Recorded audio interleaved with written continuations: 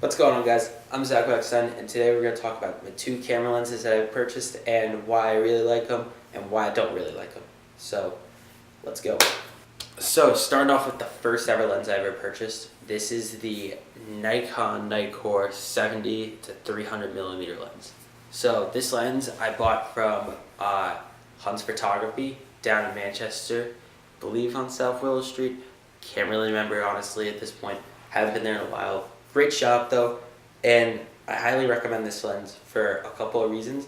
One, it's a very cheap lens, so if you're just starting to get into photography and you have a camera like the Nikon D3400, it's a great camera lens just because you're going to be given the kit lens, which is an 18 to 55 unless you spend a lot of money on a camera such as the D7500 or D750, whatever that is, the D7500, I don't know, it's whichever one is more than the D55 series and the D34 series.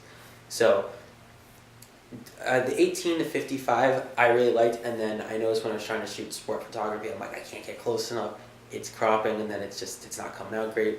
So I went to Hunt's, and Hunt's said, this lens would be about 150, 125, around there.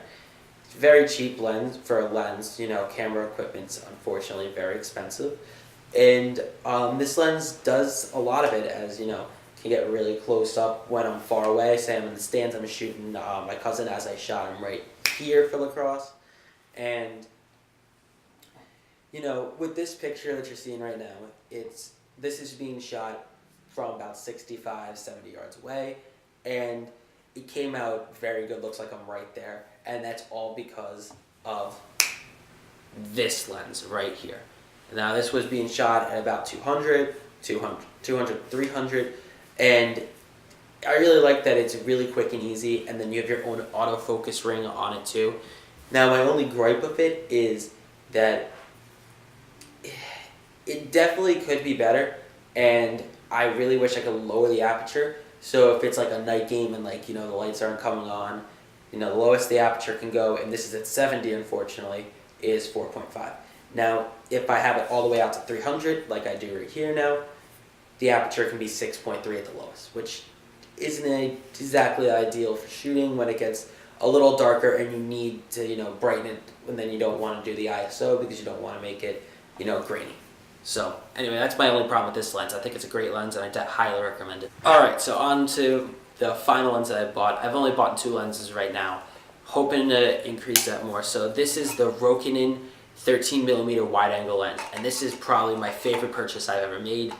Anything related to my camera, besides actually buying my camera, but that's different. Anyway, so you can adjust your ring, so you can adjust your focus length, so it can be 2.6 to all the way to unlimited basically, and it does it by feet and millimeters, so I can set it to 10 foot away focus, or I can set it to a foot away focus.